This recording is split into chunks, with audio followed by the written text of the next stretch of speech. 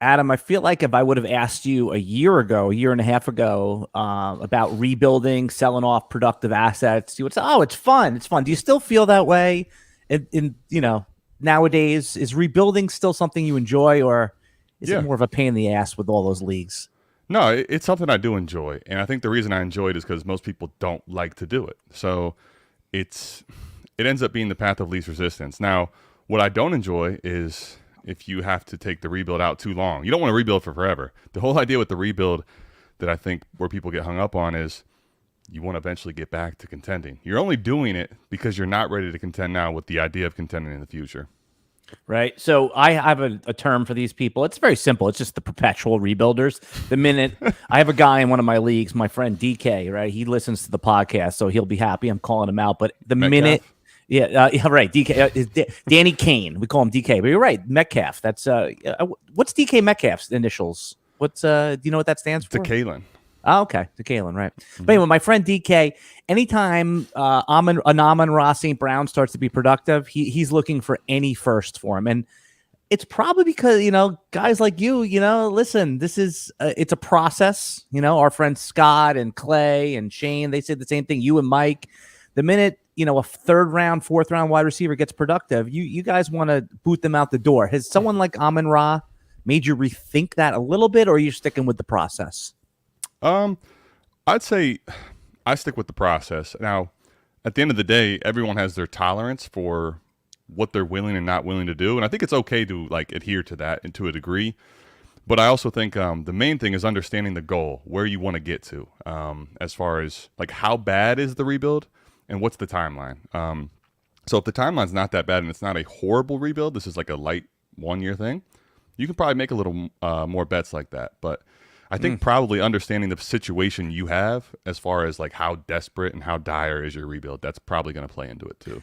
Yeah, and I want to talk about a bunch of wide receivers today that are still productive. And again, this is an uncomfortable conversation for me. That's why I thought you were the perfect guy, because you might be to a fault kick guys out the door that are productive, and I might be to a fault hold on to these guys. So I think together we can find the perfect stew. We can make the perfect goulash for the rebuilders out there, which wide receivers are time to sell players. I love that. I mean, it's a fine line. It's a balancing act, Let's do it.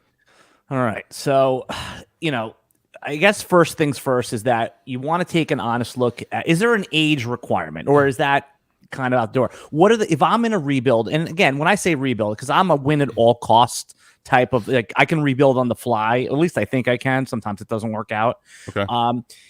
Is there an age of productive wide receivers? And again, the wide receiver range we're going to be talking about, you're never going to sell off your Justin Jeffersons, your Jamar Chases, those type of guys.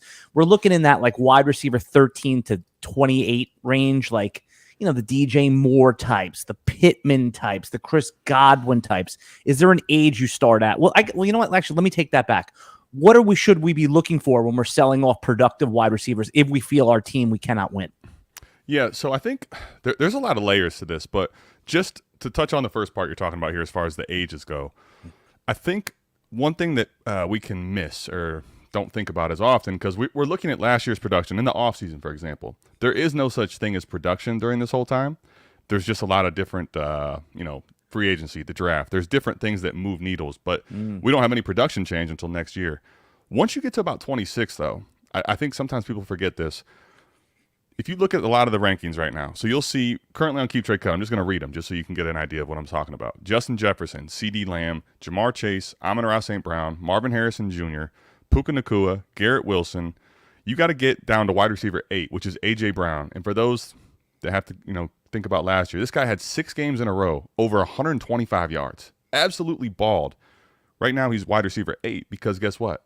He's over 26 and he finished slow early. Yeah. Exactly. So the point to that, exactly what you're getting at, is at 26 and beyond, you literally live and die by your production on a weekly basis half the time. Oh, Jesus Christ. The reactionary market of Dynasty is insane now. I just want you to think about that as far as, A.J. Brown shouldn't be viewed as old, but he is.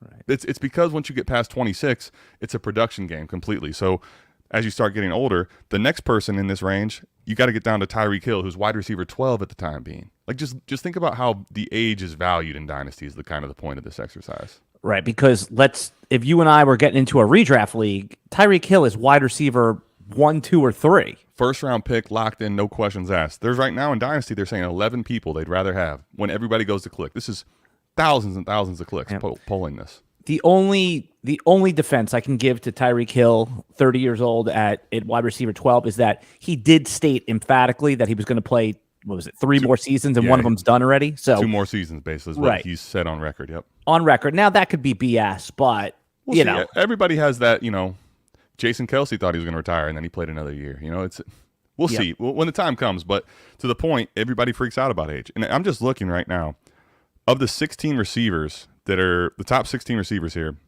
The only ones over 26 right now at the current time are Tyreek Hill and AJ Brown, just to give you an idea. So the reason I'm getting to that is when you get to the certain age, you can really like guys, but understand that there is a floor that can fall out if the production really doesn't go there. All the guys ahead of, like younger, we give them more time because it's Dynasty. So there's a little more flexibility in the value of the retention of those players.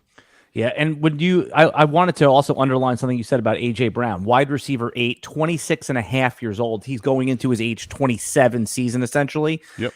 I mean, there's no reason to say that he's not Devontae Adams. Devontae Adams, highly productive, or Stephon Diggs up until this past year, first 6 games of last year, till he's age 30, right? So you're talking about 3 more seasons in Dynasty where you're talking about an elite asset. Yeah, but you're right. It had A.J. Brown's game log been flipped where he started slow, finished strong, you'd be taking him over Marvin Harrison. Give me a break. Puka Nacua, even Garrett Wilson. And that's where, again, it's kind of understanding that dynamic, though, because to your point, 3 years from now, we can sit back here today and A.J. Brown will be going into his 30th age season, right? Like, that's 3 years from now. I don't even really look pretty much outside of a 3 to 5 year window ever in Dynasty. I try to stay closer to 3. 5 is crazy, right? In 3 years, he's barely going to be turning 30. So it's, you know, the overreactionary market really makes me a little more aggressive as far as moving on when we start talking about all these different players in particular. And you said age 30. It's funny because, you know, we used to think of running backs, age 30, get out. Now it's age 27, start, you know, the yellow flags go up. Sure. Mike Taglieri, before he, you know, passed away, he had this great article or study out where he's talking about like the great wide receivers, like the Devontae Adams, the Keenan Allens, great for fantasy, right? Yeah. Borderline Hall of Fame. Those guys actually last till they're 33. Think about when Julio Jones finally fell off the cliff. And I'm not saying they're elite at 33, but they stay producing. So Sure. AJ Brown, I think, 3 years elite production, then certainly inside our top 20 wide receivers, right? For another few years, as long as he stays healthy. To that point, you know, I just did a video that I don't want to spoil it too much, but tease it. Released on Friday. Some of my Dynasty buys, and I'll just tell you right now, Keep Trade Cut has a guy at wide receiver 62 that I think fits the could have another year of production. DeAndre Hopkins. He's wide receiver 62 going into year 32. I mean, just understand that's behind like Quentin Johnson, who's young but literally did nothing this year. I am okay. By the way, I'm on Keep Trade Cut. Isn't it funny they have there must be an algorithmic or a programming error. They have wide receiver 63 over wide receiver 62. Oh, really? Okay. I'm looking there. They're the exact same points as far as their value goes. But yeah. Right. That's why. Because their points are the same. Him and Michael Wilson, but they actually list Wilson ahead, maybe because, I don't know, the number 3 is bigger than the number 2. I have no idea. Yeah, no, I like Hopkins. And you know what's but is Hopkins qualify? Could he be one of the guys that is a true sell in a rebuild, or is the timing a little different with him? I think all these guys are going to come down to cost. DeAndre Hopkins is going to probably be down at the very bottom of the barrel when we talk about this because he's so far down. And when you think about the fact that people would rather have Quentin Johnson ahead of him, like you got to basically hold until there's a better sell window. Now, guys like Keenan Allen, guys like going up the list there's a different conversation. Keenan Allen, I remember vividly on the Sirius show, Alan, we were talking about Keenan Allen. And one thing to think about, too, when we look at production, Keenan Allen in L.A. last year, he's been in L.A., he's been a huge target getter. But now going into year 32 again, he gets traded to a team that already has an alpha and he doesn't have the same quarterback play. Literally something like that can totally change the window as far as what you're able to get back in a trade. So remember, the longer you hold, you take on all the risk of trading, guys going to different teams, injuries that happen in the offseason. Guys like, I don't want to go back and relive it, but Cam Akers just in workouts tears his Achilles and literally, boom, it falls out from under you. When you have older guys, if they get hurt, there is no sell window. You missed it. It's gone. So that's another reason why to be a little more aggressive for me. Yeah, and when we talk about like sell this player, buy this player, I've heard our friend in common, Scott Connor, say this a lot, but it just intuitively always kicks in for me. It's like sell for what, right? Yeah, so, agreed. And sell for when as well. So DeAndre Hopkins would be one that I hold till the season starts. Now let's go to Keenan Allen for a second. I put a couple of these through the lab. Shout out to our website. If you type in d-lab.southharmonff.com, you can literally go in there and see what guys are being traded for at the moment. So right now, Keenan Allen, to me, if you can get any first Allen, it doesn't matter if it's in 2026, 2025, the 112 this year, I'm taking it. He's to that point for me. I'm looking at another trade that I would probably do would be Keenan Allen's not getting traded for a first. There's no way. We just had on the trade show, Allen. I was probably to your point, not often, but we just had on the trade show the 111 and the 301 being traded for Keenan Allen. So wow. Do you think his value went up or down when he was traded to the Bears? Down. Right. But you could say it went down, but for some reason it's like now he's in this a different role. But you know what? It always going to come down to if Caleb Williams is good or not, right? Like if he's good enough, Keenan Allen will probably sustain his value. If he's Bryce Young bad, he loses value. Sure. And if Caleb's great, then he gains value. Of course. And I think the other thing to think about is that for Caleb Williams, Keenan Allen operates a ton in the slot. For those that don't know or pay attention to that, he's almost exclusively used in the slot. So when you have DJ Moore on the outside and you got a rookie like Caleb Williams, I think where he's in the slot, it's going to be a very good safety net for a young guy. So I think Keenan Allen sneakily is someone I'm interested in buying because there was a price dip. But if you're on the opposite side, we're talking about getting out from this player, I'm probably taking on a guy like Jaden Reed if I could make that pivot 1-for-1. Any first. Now, I saw multiple times at 204. That's a little riskier because you have to really understand your market. Can I flip this pick? Am I going to end up having to make this pick? What are the odds that if I draft a Ladd McConkey or whoever's there, can I get out of this player? Am I going to have to ride off, what the value is for another year or two? Am I making a bet on the specific player at 204, or can I move that value later on? That's a big thing for me if I'm taking that 204 on.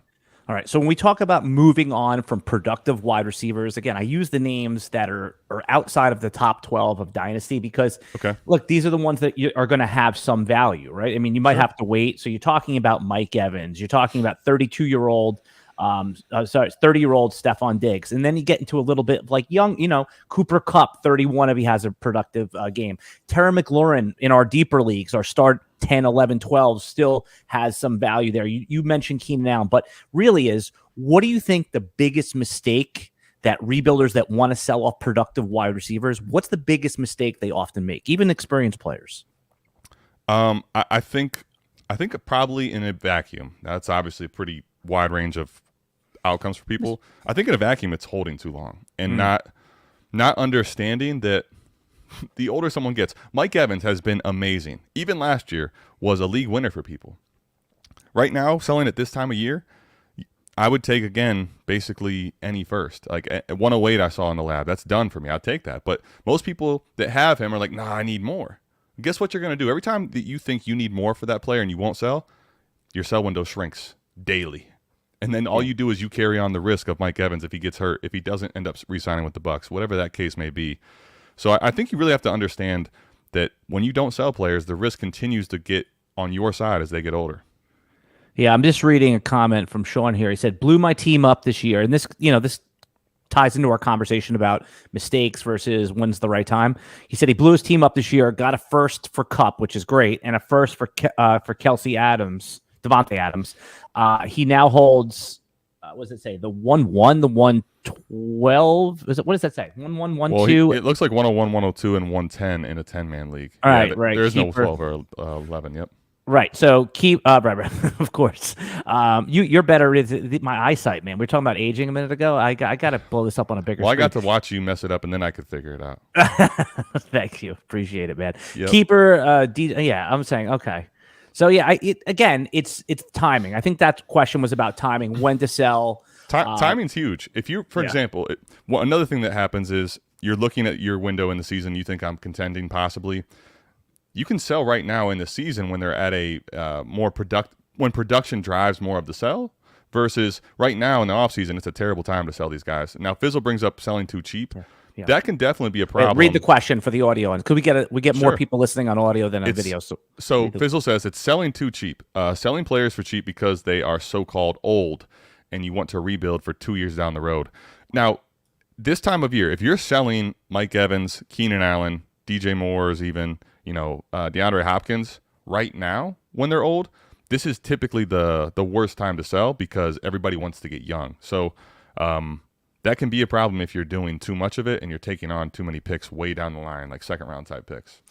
Right. I mean, it's not. Then people are quick to point to, myself included, like, "Hey, second-round picks are great. That's where I got Jade Reed. That's where you may have gotten, a couple years ago, Brandon Ayuk. But come on, man, only one person gets that guy. 11 of us don't get that guy, and the odds that you're going to pick it right, it's very, very poor." I think the other thing too is when I say understanding the goal. Look at your league, okay? Understanding the first round, that was a 10-team league someone just brought up. There is literally a finite number, 10 first-round picks, 12-team league, 12 first-round picks. One of the things I'm doing if I can rebuild, I think a lot of people look at it, I got this 110 pick. Who am I going to get as a college guy coming into the pros this year? What rookie am I getting at 110? I think the biggest thing you miss, too, is you don't have to make the selection. When I go rebuild, one of the things I'm looking to do is leverage out the fact that I have a third of the class, a half of the class, and I can now package and move multiple picks around back into players that are like Mike Evans, that are coming off of the discount. You don't have to actually make the pick. I just think people need to understand it's a currency that you're acquiring, and you're getting off one that has a lot of risk in the old currency. Yeah, it's almost like if real estate was more volatile, right? It's like it's exactly that. Yes. No, totally. And people love making draft picks. To me, as I've become a little bit more experienced in Dynasty, I've been doing it a long time, just like you. I've been playing. I'm trying to think of my first Dynasty league. It's got to be, 2007, 8, something like maybe even 10, right? Yeah. But I'm scared to death to make draft picks. Like I assume even if I just use ADP, like it's going to go wrong. Like think about it right now. We're looking at 4 quarterbacks in the 2024 draft going in the real NFL draft in the top 6 or 7 picks, right? So those guys, presumably, 2 of them are going to be complete busts if you just go by historical data, Adam. Well, and I got a good analogy for you here. Think about it like beer goggles with draft picks. All right? the further out the classes get, the worse they look because we have all the data in front of us. You know what this class looks like? People think that this class is like 4 rounds deep right now, Alan, because nobody has missed. 2023 looks amazing still because there's only been 1 year of data to reclaim. People are still willing to bet on Bryce Young because he's only had 1 year of poor production. The further out you go, the more sober you get, essentially, right? And it's like, okay, now I'm seeing clearly. It's the difference between a rookie right now and someone that's 5 years in as far as production goes. Right. So just on the other side, I don't want to tangent too much away from selling these productive guys, but is there, because you brought up timing, right? The Dynasty calendar, right? This is the time, when's the right time, I guess, to sell these guys? So DeAndre Hopkins, obviously in season, right? When Devontae Adams, these old guys in season. So, let me change the questions. When's the right time to buy these players? Is this a good time to buy the Mike Evans, the Cooper Kupps, those type of players? It is. It is because you think about there's still a month until the NFL draft happens, and all those picks are still gaining hype. That's why when I talk about getting picks, like people are going to have another month here until the draft actually happens to convince themselves, all right, Ladd McConkey's that guy. All these E.D. Mitchell. People, exactly. All of them. They're going to convince themselves, and then that rookie pick is starting to hit its peak before you select it, and it's a player now. So, yes, right now is probably the best window to buy these guys. But you have the leverage, so people, again, are trying to buy really cheap. And that's why it's hard to sell Mike Evans. It's hard to sell Keenan Allen at the time being. Yeah, I mean, last year, so my most successful rebuild I've ever done was buying the Mike Evans types. It was like a year or 2 ago, and especially after a down year, right? I mean, you look at the track record of someone like Mike Evans, and you have faith in like Cooper Kupp, who's always been productive. He was banged up last year. You could tell yourself a story where you could say 2 things. You could say, hey, he's been hurt a couple times now. He hasn't been productive like that since 2019 or 20, whatever the hell it was that he broke all the records. Or you could say, hey, this is who he is. These kind of guys usually age well. So, man, I mean, right now it's like the pick that's supposed to be Brian Thomas or A.D. Mitchell, you could trade that away for Cooper Kupp right now if you wanted to, even Mike Evans. 100%. You could almost. Here's the thing. As far as like the ability to trade, you can almost always. There's very few economies where you can't trade what's like those picks 108, 109 for Mike Evans, for Cooper Kupp. It's very hard to do it the other way around, though, typically. So that's one thing to really keep in mind. I think the other thing to understand is how many do I have to sell and how bad is my team realistically to the league. If you have 4 or 5 of these guys to sell, you've got to start selling them because you can't take on the risk tolerance that you have with if all these guys end up having bad things happen. You're going to end up completely destroying the value of your team. If you have one player, for example, in this range and you want to see what happens and hold on to him for another year or two, it's a different conversation. All right. Got to pay some bills right now. We got a sponsor for this podcast, so I want to do them justice because I've actually played their product. They're called On Demand DFS, Adam. So let me just give you the couple of notes. On Demand DFS, guys. This is a pretty cool product out there. Do you ever think back to the golden days of fantasy football? When it was all about the love of the game, the camaraderie, and yes, the bragging rights. It's been a long time. Now it's about making money, right, Adam? Well, our friends at On Demand DFS are bringing those days back with their revolutionary app and the game-changing fantasy fans everywhere. Okay, now here's the meat and potatoes, guys. That was the hype part of the read. All right, gone are the days of confusing entry fees, playing against unknown masses, and juggling multiple apps to trash talk your league mates. On Demand DFS is here to streamline your fantasy football experience, make it more about strategy, fun, and most importantly, the community. With On Demand DFS, you can create contests in seconds, invite your friends, and you're off to the races. No entry fees, no gimmicks, just pure football bliss. And here's the kicker. You are not limited to the current season players. Imagine crafting your dream lineup for over 5,000 NFL legends, Adam, and today's stars, using real historical data to simulate your action. And for those who hate to wait, you'll love Turbo Mode.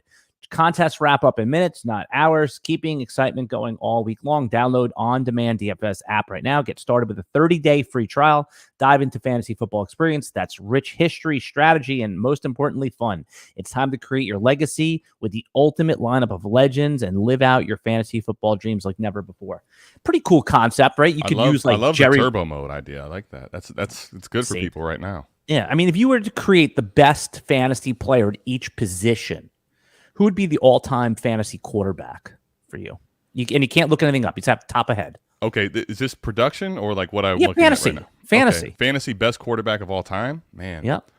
Is it Michael Vick, peak Michael Vick? I think it has to be. I was going to say, if we're talking about a smaller window, it's got to be. I mean, the rushing upside he had was just ridiculous. Yeah, I mean, I don't remember what year it was, 2007 or 12 or whatever year it was, but like if you were just like creating that ultimate lineup. 2000, I think it was like 2005, Michael Vick, It was that long ago? I think so, yeah. Where Matthew Berry was saying take him number 1 overall the following year? Yep, and there's some definitely guys in there. Cam Newton has been awesome. But time. I think I'm taking like Mike Vick in that like 05, Maybe 06 window. Oh, you know who it is? It's RG3's rookie year. Well, then you only get 1 year though. No, we're talking about it's 1 year 1 year lineup. sprint. Yeah, this isn't Dynasty. This is a. I still would bet Michael Vick, but you could very well be right on that. Right, that rookie year was insane, man. It was. It was. All right, who would be our all-time running back? I think this is an easy one for me. I mean, just LaDainian Tomlinson has so many years. I can't think of how you could not pick him. I told we were talking about it last week, and I said, the third round reversal was created because of LaDainian Tomlinson. Yeah. I mean, the NFFC, the high stakes sites, they put it in after because LT would get 1,000 rushing, 1,000 receiving, and he'd have like 30 touchdowns. Yeah, you could put one person into the slot that would give you production to like 3 people back then. It's crazy. All right, who's our all-time fantasy wide receiver then? Feels too easy to say Randy Moss in that year in New England, especially. Just crazy. Crazy. Yeah. Last week, Shane had him on. He said, "Screw Randy Moss. I'm going with Jerry Rice. I don't care." So, but I agree with you. It's Moss. That Brady year. I'm sure Jerry Rice has some unbelievable fantasy seasons. I just can't imagine that year in New England anyone beat it. Yeah, although CD this year for Fizzle put up their CD. CD was ridiculous this year, but but it started slow, and he also barely edged out Tyreek Hill by the end of the year, who got hurt. Now, this year, I'm kind of intrigued to see if CD can keep that pace up for a full season this year. Especially, well, you know what? All those guys are on the last year of their contract. CD, Dak, Mike McCarthy. So they're sometimes when you're pinned in a corner, you play your best. So I'm in on those guys. All right, all-time tight end, and then we'll move on with our rebuilding discussion. Fantasy. All-time tight end's tough. I mean, there's so many good ones. Like, there's a part of me that just wants to say Antonio Gates. I don't think that's right, but no, it's probably Kelsey. Best Kelsey season. I was actually looking through. I didn't go back historically far enough, but it probably is Kelsey in 2022. Okay, to be completely honest with you, Yep. when Tyreek Hill left, and Kelsey he just feasted that year. It's ridiculous. Cool, guys. So check out On Demand DFS. You could put Bo Jackson in your lineup. You could put any of these guys. I mean, were you a video game guy for football? Right? You played. Yeah, what was the best football video game of all time? Oh, Madden by a country mile. Are you asking which specific year of Madden though? Okay, add that in, sure. Because like with NHL, it's NHL 94. That's so subjective to the person. Yeah, well, I'm asking you. I'm trying to think personally for me. Is there a Madden player of all time that you loved using? Randy Moss. Yeah. Okay. Like all Randy Moss, when he was on the cover in Minnesota, that was probably like you couldn't do anything with him. You couldn't stop him. Yeah. Just give me Randy Moss. It's all. This is an age-related question. Like when I talk to someone that's a little bit older than you, like I'm in the Tecmo Bowl range. It's all about like Bo Jackson and Tecmo Bowl. I'm sure you've heard of the legendary "you couldn't stop him" thing. Of course, of course. Yeah. And then like when you talk about NBA 2K, people love using Curry, LeBron, yada yada. So anyway, that was another one. Fizzle put Mike Vick on the cover, and that's why I think it was either 04 or 05 where Mike Vick was on the cover. It was unbelievable that year too. Dude, Peyton Hillis was on the cover of Madden one year. Listen, that's the Cleveland fan base. That was when they let the fan bases vote for Madden, and Cleveland just forced Peyton Hillis to the cover. Amazing. Yeah. Peyton Hillis would have been featured on this show as a must-sell, right? Yes. After that big year. I mean, well, you see all this Browns gear back here. I'd probably even then be the hard one to tell you to sell them, but definitely would be. All right, man. We're talking about rebuilding. We're talking about wide receivers that that you should sell when they're productive. And this leads me into an uncomfortable conversation about Tank Dell. Okay. Right? Tank Dell, highly productive. There's no doubt in my mind. Right now, he's being valued about wide receiver 20 by the market, age 24 years old. So he's not like a 22-year-old rookie. He doesn't have even after all these years of experience like Drake London, he's still young. 24, my feeling is if Tank Dell did not get hurt, we'd be talking about him as a top 12 wide receiver. So Tank Dell, given the size of him, he had the injury. Is he somebody? Because you can get real draft capital from him. You can get really productive players for him. Mm-hmm. Is he somebody in a rebuild you would think about selling, or am I now getting a little crazy here? He's a building block. No, I mean it's definitely not crazy to think about it. Anybody, I think the more comfortable you get with it, anybody can go in a rebuild. The whole idea is I'm kind of just flipping currencies, and then when I have all this liquidity, I can go buy my lineup back when I'm in a better position. Interesting. Tank Dell, I think though, is one where, like, if I can get I need to get a plus. If I can get a first and a second type player, okay, we're having a conversation. But if I'm just re-rolling Tank Dell for a single late first is not a play to make, especially if you're going to be the person that drafts a player there. So I will sell Tank Dell, yes, but I need to make sure that I'm probably getting paid a little over market, and I need to understand what I'm going to do with those draft picks down the road. Tank Dell is definitely risky though, because his value is probably attached to CJ Stroud, and they have Nico Collins. They could end up addressing the receiver in the draft and other places down the road. And if he's the third or fourth option on this offense, all of a sudden wide receiver 20 is going to be lofty. So it's a big range of outcomes for where Tank Dell is going to end up finishing. Yeah, and the reason I bring up someone like Dell, and I don't want to ignore the question that we talked about earlier, sell for what, right? Now, this is a way, I'm not sure this is the right way to play, because I listen to you guys talk, and I just come from a different bubble of always trying to win. And I think that you could take someone like Tank Dell, who, let's face it, there is a lot of risk there. I mean, when someone gets hurt and they're that size, you could say, oh, it was just anyone can get hurt. Or you could say, hey, man, can this guy hold up to the NFL beatings that these guys take? You know who flashed a lot in his rookie season and constantly flashed but kept getting hurt? Also a Houston Texan. Oh, was it William Fuller? Oh, right. I'm not comparing them one-to-one. It's a right. You know who's a good Will Fuller? Well, I used to love that guy. I used to draft him every year because he could flip the weeks. Like he had week winning upside. He could have 2 long touchdowns to completely win you a week you shouldn't have won. Exactly. Yep. I'm trying to think. Who's the? I used to have a good comp for the modern day Will Fuller. Oh, Flowsaur said, "Don't say Will Fuller." Right. Who's Will Fuller? The running back version of Will Fuller is Devon A-Chain. Yeah, I could see that. Except for like 50-point weeks. Well, they both had them. Yeah. Devon A-Chain, when healthy, though, literally didn't miss. That was the crazy part about him. It's just he didn't stay healthy. Right. Well, and again, undersized guys, this is our conversation. But I want to go back to the Tank Dell rebuilding strategy. Like, if you can say someone is just like, I love youth, and we know a lot of all dynasty players love youth. How about right now, if I offered you have Tank Dell. Sorry, I have Tank Dell, and I'm looking at your roster, and I want to rebuild quickly. Give me off your roster there, Adam. I want Devontae Adams and Stephon Diggs right now, and like 2.8. Give me all that, and you can have Tank Dell. Yeah, you can keep Tank Dell. He's Nathaniel Dell to me at that point. So it's if you can get two productive veterans, even if they're 30 years old, that's a way to rebuild on the fly. Then. Yeah. Well, yeah. I mean, if I'm contending and I know you're rebuilding. If you wanted to send me that offer, I'd be like, that doesn't really make sense. But let's just say in theory it did. I'd rather have two shots and that second. It's too. When I'm going to rebuild, I think that's another thing to think about. I don't want to make a bunch of consolidation type moves. Okay, so if I'm selling a player off in a rebuild, I need to. The reason I'm rebuilding, I probably don't have enough depth, likely. So I don't want to be making moves where I'm sending 3 players to get back 1 pick type thing too often. Make sense?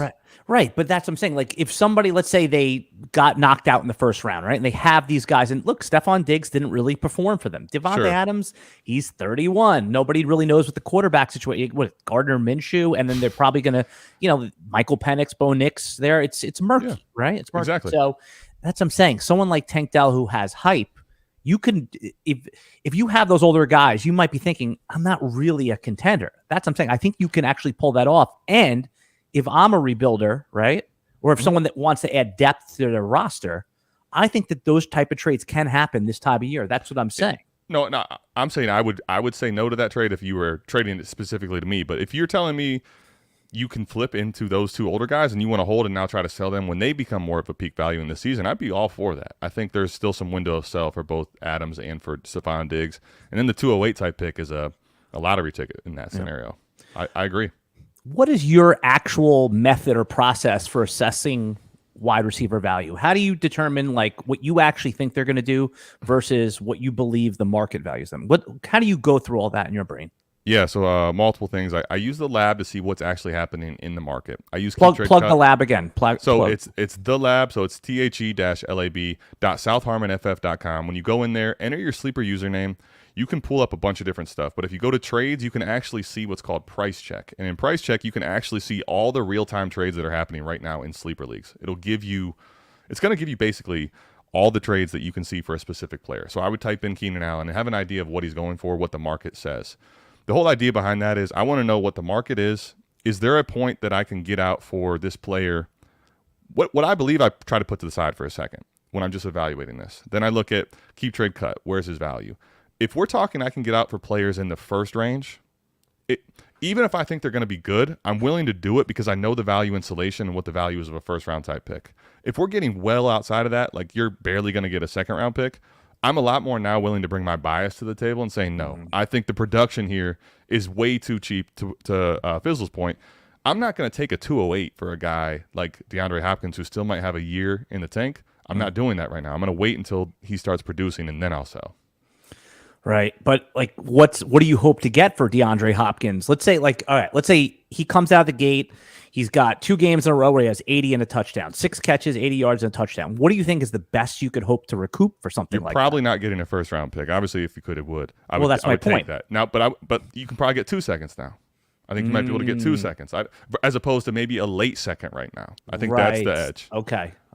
Or a wide receiver rookie that's off to a slow start. Exactly. Now, unfortunately, hopefully you didn't get Quentin Johnson, but that type of a thing, right? That happens. Sure. That happens. But maybe you get JSN all of a sudden. Maybe someone's actually willing to do something like that. Maybe you even have to kick in something small there.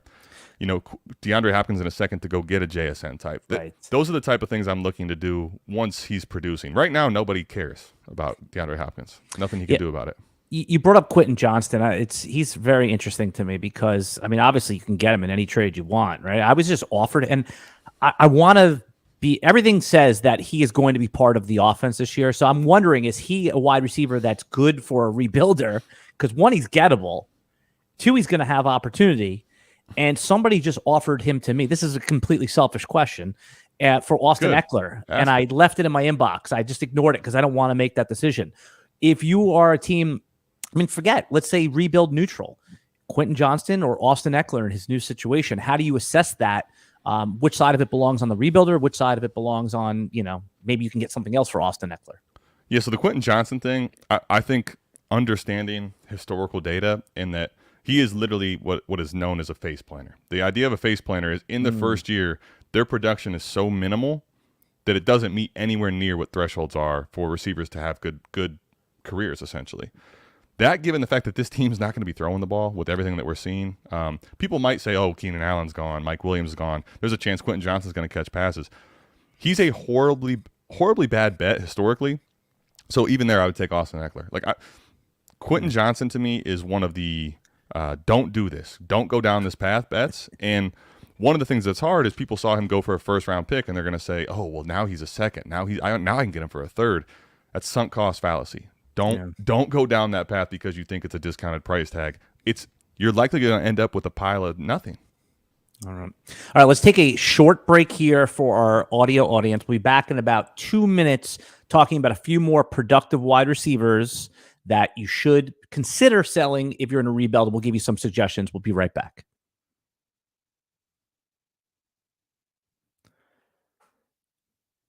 And we're back. Thanks. YouTube audience didn't have to suffer through that, but audio audience, we appreciate you sticking with us through there.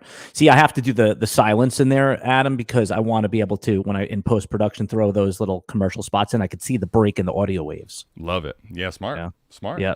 Post-editing stuff. The smart man. Yeah, I'd rather have a couple seconds of silence on the YouTube video just to make my life easier in post-production. So 100%. Yep. All right. So let's give some names and then sell for what's, okay? So, DJ Moore strikes me as a guy that I don't want to necessarily get off my team. He's a good wide receiver, easy to see like top 12 production in season, but the addition of Keenan Allen does get me a little bit nervous along with a rookie quarterback where I feel like you could still, is he someone, if I've said to myself, I'm not a playoff team, is he a player that you should consider, quote, selling right now? And if so, for what? Yes. DJ Moore is getting, like you said, target competition in with Keenan Allen. There's still mock drafts going on, Allen, where they take Caleb Williams at 1 and Rome Odunze at 9. You want to talk about value killing. Like DJ Moore for his age and coming off of a wide receiver 6 season. Realistically, just think about this as when you're assessing it. Where can DJ Moore go up in value right now?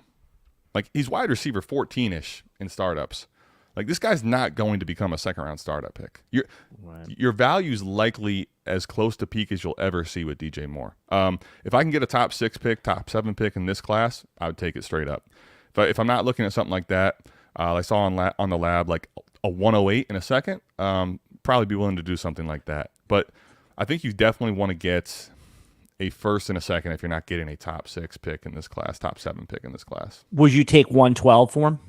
Straight up, no. I'd take DJ Moore there.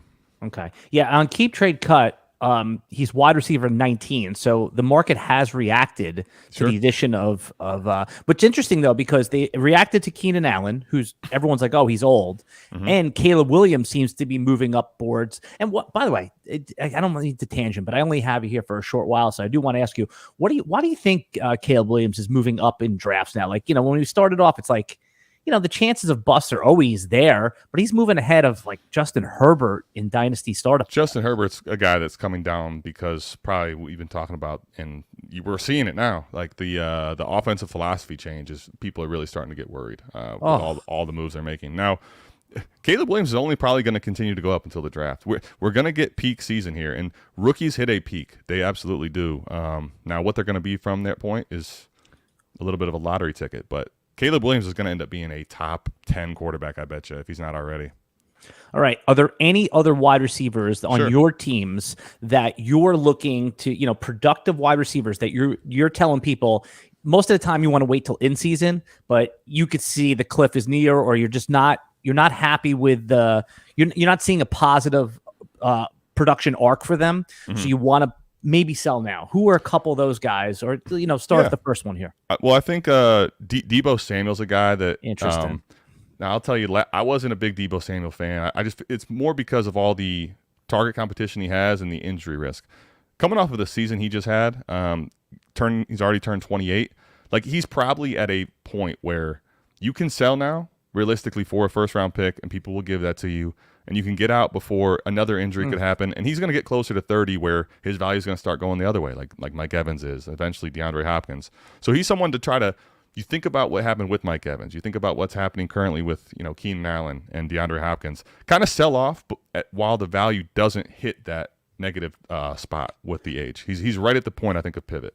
The other guy I wanted to ask you about is DK Metcalf, because he is very liquid, right? Only 26 years old. Mm-hmm. Listen, he's not – there was a point where he was considered wide receiver 1 in Dynasty, overall, right? I mean, yeah. All right. So that's gone.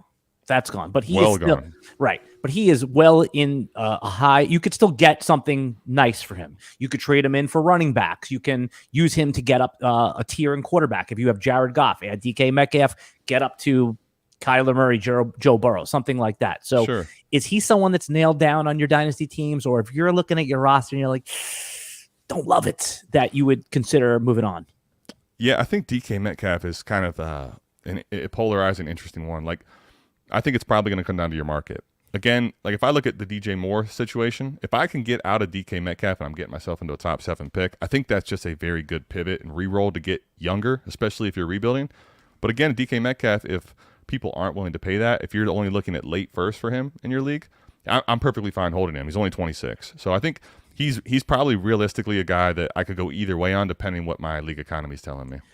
All right. So with our last little segment here, what I want to do is, it's one thing to tell people like, hey, these are the players that we would recommend trading or buying, and this is who we recommend trading them and buying them for. But what I think a lot of podcasts miss on, and there's plenty that talk about this, is how to go about that. Right. Yeah. And I know it's very league dependent, but I could tell someone to go sell their car, but if they're not a good car salesperson, then they screw it up. So what I want to do, and when I have guys like you on, is I want to go through trade etiquette, how to get things done, right? So, you're in just a random league here. Let's call it medium level active, right?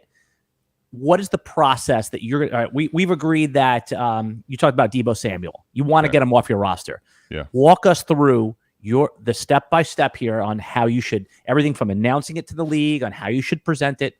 The floor is yours. Okay. I mean, obviously, people like to use in Sleeper the put them on the block. You can definitely do that. I think here's what I'm doing first and foremost before I do anything. I'm taking a look at all the other league mates in my specific league. If I'm wanting to move Deebo, who has draft picks? What's the distribution? Like, basically, are the future picks in 24 and 25, are they kind of picked over? Everyone's already rebuilding or contending? That's going to make it a lot harder in your buyers for Deebo, for what you're trying to get, a different conversation. So I think that's something to keep in mind, is that it's not always as simple as everybody has their first. Now, once I figure out who the buyers can be, though, I'm kind of looking and seeing, do they need a receiver? And then I'm going to start throwing offers out to those players in particular. I'm going to start with the buyers I think make the most sense and start giving them offers. So Deebo Samuel for one of these first. I might give them 2 options. See if I get counter, try to get discourse. And what I'm looking to do ultimately, whether a deal gets made or not right now, what do they give you back in feedback? Do they give you DMs? Do they give you some kind of feedback and take that information? And you may have to come back to the drawing board. Maybe they just don't like Deebo Samuel. But right, maybe they your just point click now, decline. Exactly. But now they tell you, like, yeah, I'm just not a Deebo guy. But maybe they're a DK Metcalf fan. And now you can do the same thing with a DK and try to get to the same point you did with Deebo. You have to find someone else to buy Deebo. But I think the whole idea is, for me, I like to try to figure out the league mates individually and then have a pulse on those guys, whether it's 10 or 12 of them. You can have an idea of what they specifically want. And I think you're going to get a lot better results going into it, figuring out what they want than just, hey, I want to move Debo. Like, here, give me a first. Like, that's more you trying to. That's not a good sales job. To your point, I want to listen to what they want, and I want to make an offer based on what they're doing. Right. It's like, to use the car analogy again, it's, hey, this is the sticker price. Pay me the $35,000 for this car here. Exactly. Yes. If you're listening to this on the replay or even in the live chat, just let us know a couple techniques that you've used. Again, I'm not, not just to send a comment. I want to learn. I want to know how other people figure out and negotiate trades. One thing I'll do is I'll do similar. Like on Sleeper, for example, you hit the trade button and then you see all of the teams, right? And then you could kind of get a gauge of who's got a good team, who's not, who needs a receiver, who doesn't. And then sometimes what I'll do, Adam, is I'll go into the person's DMs before I send an email, before I send an offer, and say, hey, it looks like you might need a wide receiver. Do you agree? And also, would you mind helping me out and rank my wide receivers? There you go. Right. So then they might have Debo as like the fifth guy. They might have him as the first guy. So you get the quote free information. Yep. And you know who they value. And who doesn't like to be asked their opinion? A lot of people that play Dynasty, they're thrilled. Hey, you asked me to rank your wide receivers. I'll do that for you. That's awesome. I mean, not curmudgeon-y old, guys like us who 40 plus leagues hate any extra work, but sure. So that's one of my techniques. Absolutely. You definitely could do that. And I think, again, you ultimately know where you want to go, but I'm looking to figure out how to do it on their terms. Another thing to keep in mind is a lot of times Dynasty trades can be, I talk about the reactionary market, it can be impulsive for people. You could look at, if you really need to move a bunch of receivers, you might have to be on someone else's time. Basically, there might be a window where they're shopping and they're willing to make a move, whereas when you're sending them an offer, they might be at work. They may have other things going on. So almost being a little more available on their time is another big thing I think that people miss. Yeah. And then you hear this, that's good advice. The other thing that you hear is people say you don't always have to win a trade, right? I mean, I want to hammer that home because I think it's so important, because how many times on social media you see someone post and say, hey, did I win this trade? And obviously you need context, but you could look at a trade and say, yeah, this player is more valuable than this side of the package, in my opinion. But I don't know. Like that's like the last thing I focus on is like winning the trade rather than just making my team better. Sometimes I'll seed value. I'll give away value. Do you remember last year? Now I made a bad trade. I'll admit this is a bad trade, but at the time, you remember CeeDee Lamb got off to a bad start and Keenan Allen was like killing it. Sure. Right. So in that bad start 3-4 week window, I traded away CeeDee Lamb. And again, I would never do this again. This was a horrible trade. But at the time, I got back Keenan Allen, Travis Kelce in a large tight end premium. I think it was 175 or 2, plus like a 3rd round pick. Would never do that trade right now. It's horrible. But, it got me to the fantasy finals. I lost. But I mean, again, I knew I was losing the trade, but I think that that's okay to lose a trade if it does, if you're pushing all in. And I mean, to your point there, as long as second place pays, if I lose the trade but I'm winning money, that also is a trade-off you're going to have sometimes. One thing we talked about, the etiquette there, that I think is when I'm going fishing and I'm going to try to find offers or how I'm going to send out offers. One thing with receiving offers, understand there's a big leverage difference there. When someone sends you an offer now for somebody, if someone's sending an offer for Debo, for example, like they're telling you they want that. They already have given you all the free information you need, right? And the big thing I think to remember is what are you looking for? Does the offer they send you already get that done? If you're close, one thing I like to throw out there, we call it the ATM at this point. You leave that offer out there open. All right. You know you can go back to it. Create a brand new offer, put the same assets in and add something else or move a pick higher. Send that out, see what they say. If they take the trade, great. If they don't, they decline it. You go back to that initial offer that they sent you, and you can take it at that point. So I think there's a big difference with sending and receiving offers for people to understand too. Yeah, and I did not ATM someone one time, and it cost me an additional third. I love the offer the guy sent me, and I try to get greedy and send it back with like an extra third or fourth. And then when he sent it back with one less thing in it. And then when I was like, no, the other one, he just ghosted me. He just left up the other offer. So I was like, oh man, if I would have ATM'd him, left that one up there and then recreated it, then he would have declined it and I would have gotten my other offer. I hate to admit too, like I got to even practice it a little more because I'm always worried now that the more I put that information out, people are going to see it coming because it's from me. and I But didn't. that's just your world of people. There's a lot of people that play Again, Dynasty. this is me projecting. I didn't. Right. So I countered back instead of, and guess what? The deal was killed after that. He declined. It was over. And I'm like, why did I not? Why did well, I? So the Adam, point is, anyone can. It can happen to anybody. So just something to keep in the back of your mind. Yeah, well, here's a decision that we made a long time ago, and it sounds like experiencing this. I've experienced it for some time. At some point, you make the choice. Am I going to be a Dynasty fantasy football player only, or am I going to be a content creator and hold back my best stuff or give my best stuff? You've made the decision.